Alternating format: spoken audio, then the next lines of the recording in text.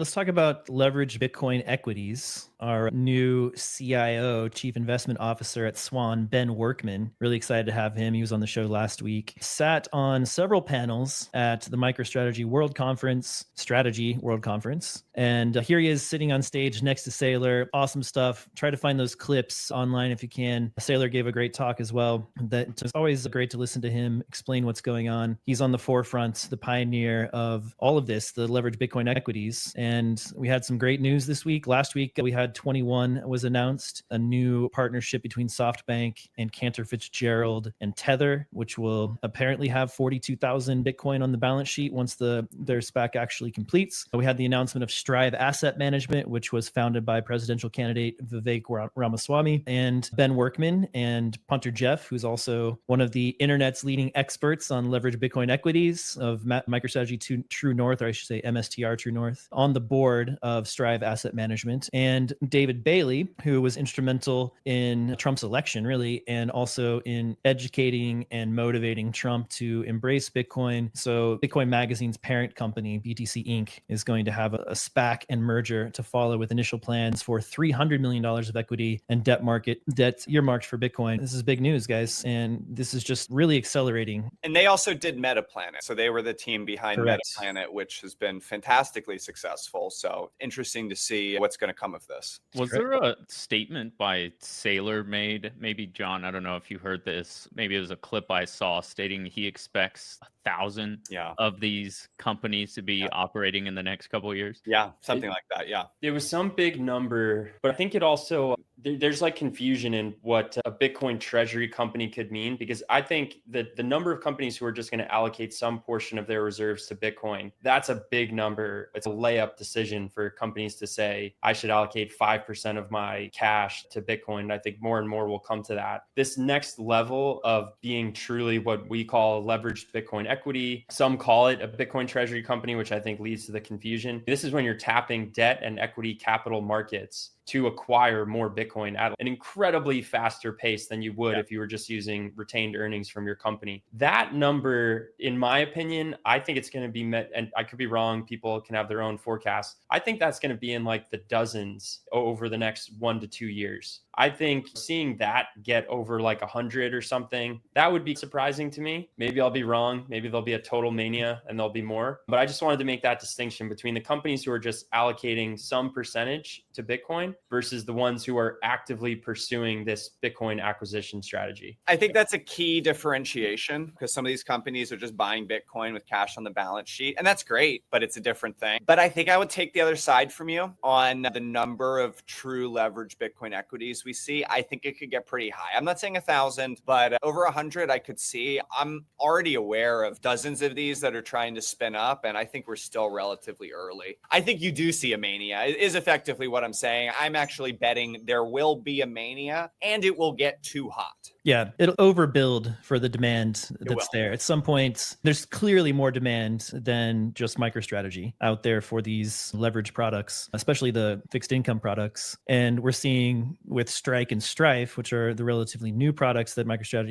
Strategy has put out, lots of interest in options by traders, and they love the volatility, etc. Also, I love the idea of having a dividend from these assets, and they are pretty big, pretty high. I think it's a 7% eternal dividend, right? It's infinite. It'll last 1,000 years. So that's fascinating. Just really interesting to see what they've done. And I've got a clip here actually that John also posted into the Slack channel, was about Saylor talking about how he used AI for financial engineering. And AI is we're all realizing how big of a deal it's going to be. We all maybe thought that it was going to be a big deal, but it's happening now in real time. And if you aren't using it basically in every single industry, you're going to be left behind. This is really interesting, and I think shows just how important AI is. So I thought I'd take a little pause here and talk about AI from one of our chief Bitcoiners.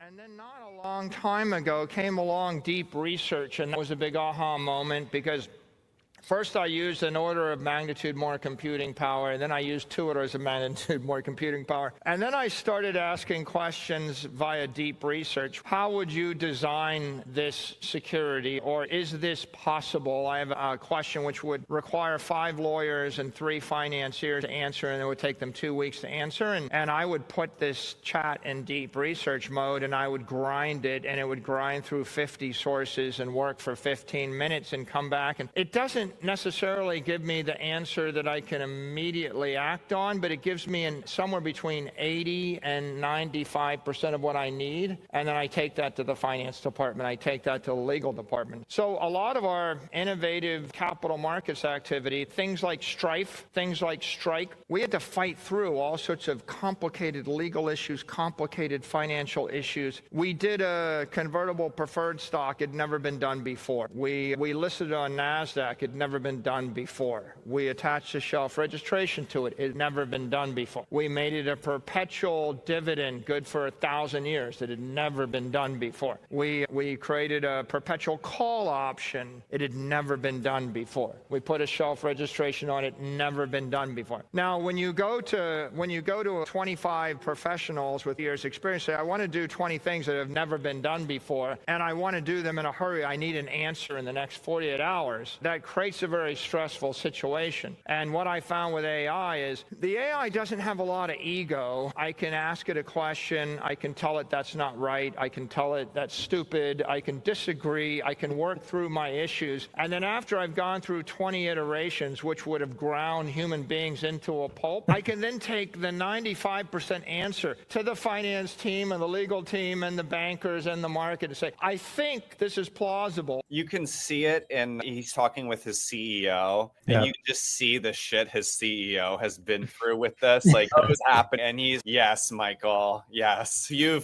keep coming to us with this.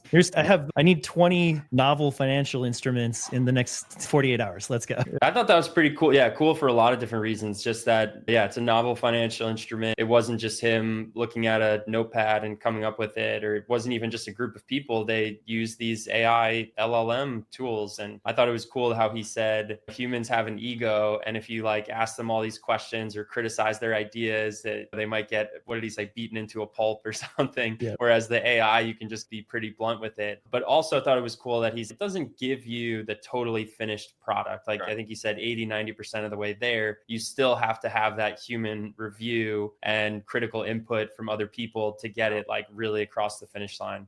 Yeah. So yeah, I thought that was just cool for a lot of different reasons. You know what we call that, right? We call that cope plus skill issue. That's cope. Coping. It's true. I just wanted to make a kind of general comment. So I was at this conference, MicroStrategy World, in 2023. So 2 years ago. But if you rewind to back then, it was only a few months removed from November of 2022, which was Bitcoin at 16K, FTX, all the crazy things that happened in 2022. And it was largely in 2023 still a business intelligence conference, which is MSTR's legacy business. We had a booth at Swan at the conference, as did a bunch of other Bitcoin companies, and people came by. It wasn't like it was a total ghost town or anything, but you could tell like they were really new to Bitcoin. They were not like that interested, and they were largely there for the BI stuff, business intelligence. 2 years from now, like later, now this just completely different. Bitcoin's at 100K. The ETFs are now a thing. MicroStrategy's the best performing stock in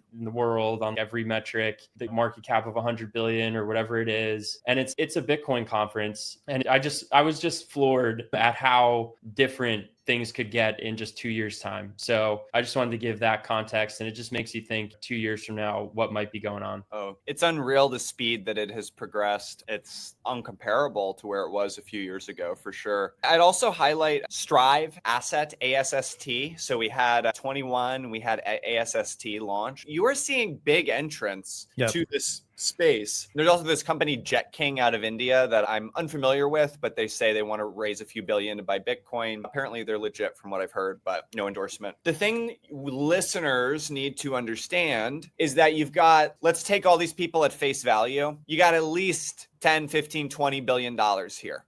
They want to hit. None of that has bought. None of that has purchased. That has not been executed. And the actual impact, and I even think the reflexive perception flywheel has not actually started yet. We're still like, we've got the announcements. The announcements are bullish, but we haven't actually had the capital deployed. And also the market hasn't yet realized that, oh shit, this is real. That pump, that appreciation is still in front of us. Has not happened yet. That, along with the potential of the US government buying. Yep, absolutely. I actually had a thread I'll share real quick. This is from way back in November 2020. This was just 7 months after Swan launched. And I said, I came up with this term, I combined two sort of diametrically opposed memes, HODL and FOMO, and said HODL FOMO equals escape velocity. The 2017 run was driven by short-term retail and trader speculation. It was a fear of missing out on fiat gains. This run, and again, I was a cycle early, right? But this run will be dominated by fear of missing out on adoption of Bitcoin as a reserve asset by individuals, corporations, and even nations. And the thread goes on and lay out the details, but the idea is basically coming to fruition at this point. And what are the consequences? You're basically setting a floor, right? Because Bitcoin is now being appreciated as a reserve asset, as a way to prevent fiat loss, right? So instead of people buying Bitcoin with the idea of making dollars, they're buying Bitcoin with the idea of not losing value because they're holding dollars. So they're actually buying it to prevent fiat loss instead of to get fiat gains. And completely different, obviously, mindset about Bitcoin and what it is. And because there are so many more people accumulating Bitcoin and holding it for the long term, they're planning to hold it for the long term, they're not there to try to sell the top, that's going to have a massive impact on how price moves. And the big blow off tops that we've seen in the first few cycles, which were driven a lot by people trying to find or to gain fiat. That's what they were in it for. That's why crypto was so hot. That's exactly what people were trying to do. Now people are buying Bitcoin to save it, and that raises the floor, right? It just constantly raises the floor because there's a lot less Bitcoin on the table able to be bought. So the price goes up until there's to find that spot where there is basically willingness to sell your Bitcoin, right? And if people are buying 500,000 Bitcoin like Strategy has, or 42,000 Bitcoin 21 plans to buy, or $3 billion worth of this Indian company that Steven just mentioned, it's just going to drive the price up and keep that floor there. So you won't see these massive like 70, 80% drops. You might see some volatility that leads to 20, 30% drop like we've seen this year. You're not going to see 70, 80% because people are holding the floor, and it's those cycles, the way they behaved in the past, I think are now gone because of the broad understanding of Bitcoin as a reserve asset. Totally. And something to complement that, I actually had a conversation with one of my clients that people are always saying it's difficult to orange pill people. I'm the only one in my friend group or my family. And what I explained to him is, in order to understand Bitcoin, you have to understand the problem. You have to start seeing the cracks in the existing system. And most wealthy people, wealthy companies, anyone that has done well in the existing system have generally ignored it because they haven't needed to pay attention to Bitcoin. So these new adopters, we're seeing they're starting to see those cracks, and corporations are now starting to see, oh shoot, this entire system can be changed by different legislation, whether it be tariffs, they're going to print more money, and they're starting to see and experience the difficulties that the early Bitcoiners have been talking about, shouting from the rooftops, and been mostly ignored about. So that's what drives this Bitcoin adoption, is when people start seeing these cracks, they want to exit and move to something that can't be manipulated as the existing system is. So just keep watching that. More and more participants are going to see those cracks, and they'll start adopting Bitcoin slowly but surely. The correct understanding of Bitcoin is spreading, right? Yeah. BTC Prague, it's coming up June 19th through the 21st. It's the best, in my opinion, and from what I've heard, the consensus is the best Bitcoin conference in Europe. Those guys do a great job. We are actually working with the guys from BTC Prague to put together BTC in DC, which I'm super excited about. I think this is going to be a really important event. September 30th to October 1st at the Kennedy Center in Washington, DC. This event is designed to bridge the worlds of Bitcoin innovation and public policy. Perfect timing to put on or to bring a big coin conference to Washington, DC. Excited about that. And finally, check out Swan Private. All three of these guys work on Swan Private. We are your partner for generational wealth. We build strong relationships with our clients.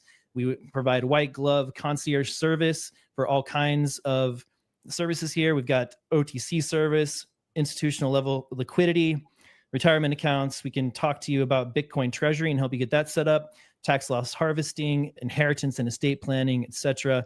We also provide great security services with Swan Guard, which protects your assets so you can focus on growing wealth. And we have a couple of custody solutions, Swan Safe and Swan Vault. You can check those out. We also produce insights from Bitcoin's brightest minds, great content to keep you educated and up to date about Bitcoin and the broader financial world. And finally, we throw a lot of fun exclusive events. We do happy hours all over the country.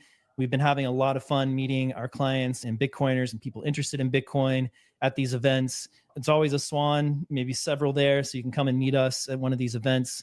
You got to join Swan Private to be able to get those invites. So check out Swan Private.